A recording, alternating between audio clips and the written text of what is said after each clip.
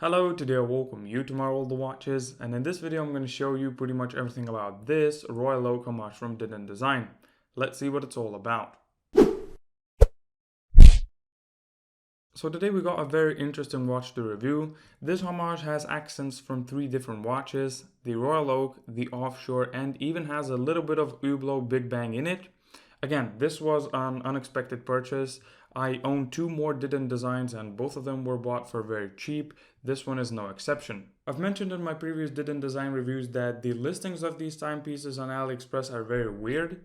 You can scroll through them and out of nowhere find a super good deal, like the exact same model that you're looking for a third of the price. You buy it, everything is fine, the watch gets delivered just as described, and before you know it, the link of where you bought the watch from is completely gone. This happened to all of my ordered Didun designs.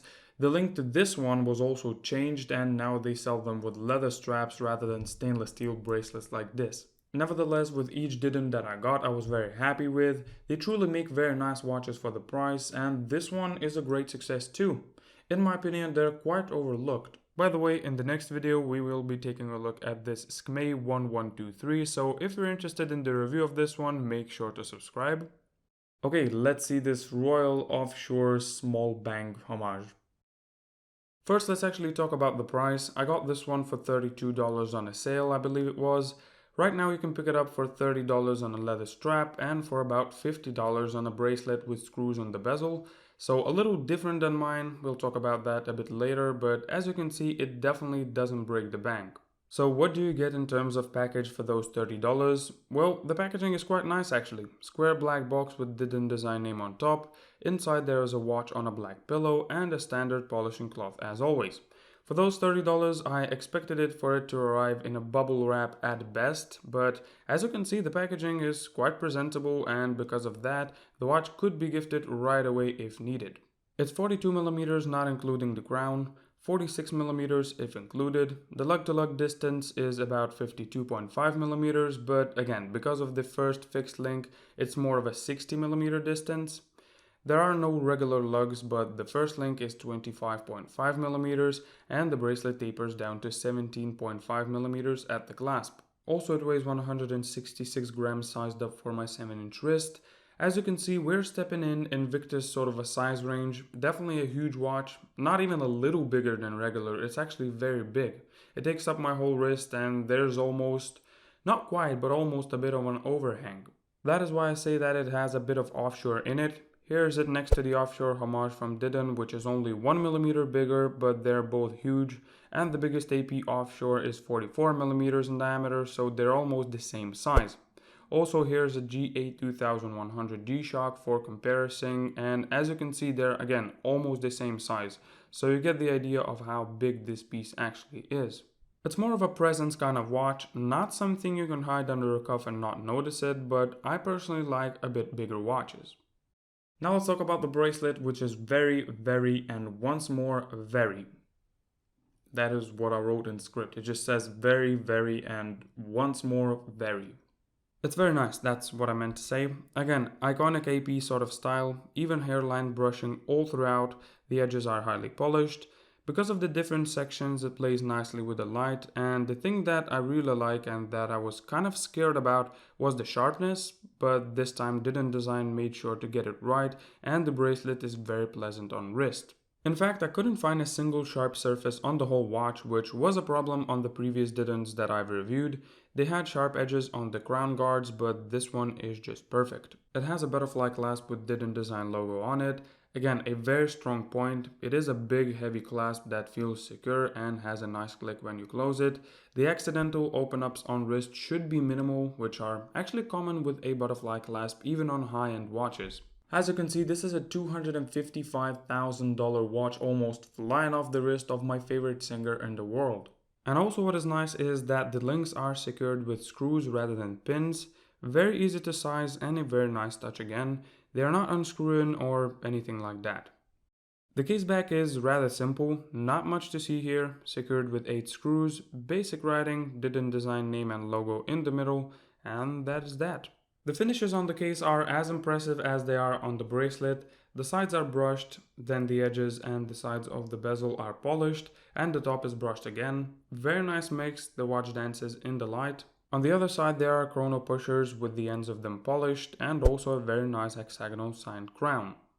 The thing that I like here is that this time the crown guards are very nicely sized. They go to about half of the crown, where with the offshore homages the crown guards take up almost all of the crown, and then you can feel them when wearing the watch.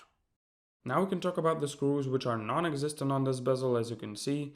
The reason why they're not there is because I didn't even notice that before the watch was halfway to my house. I didn't really pay attention, it was just a good deal and I grabbed it, but they do sell them with screws on the bezel, although I'm very happy that mine is without them because they're actually round, and in my opinion it doesn't look even half as good as hexagonal shaped screws, which are one of the main design points of the AP Royal Oak. It seems like Didun is doing this to all of their AP homages, and I can't say that I like this design choice, and even on the listing you can see that one of the screws is not aligned. That would be a huge turn off point to me, even when the chances of getting it like that are probably slim to none. The crystal covering the dial is just a mineral one, I would assume, as the specs on the site say it's hardlex, but I highly doubt it. It's definitely not sapphire. Tested it with my diamond selector, and as you can see, no read at all. Now we come to the dial, which may seem familiar if you're into horology for quite some time. This is where the Hublot Big Bang part comes in. As you can see, this dial is, let's say, very heavily inspired by it. Nevertheless, it's very nicely executed. The dial itself is matte black. I especially like the little indentation on the hour markers, which are a mix between these square indices and Arabic numerals. They're raised and have a brushed finish.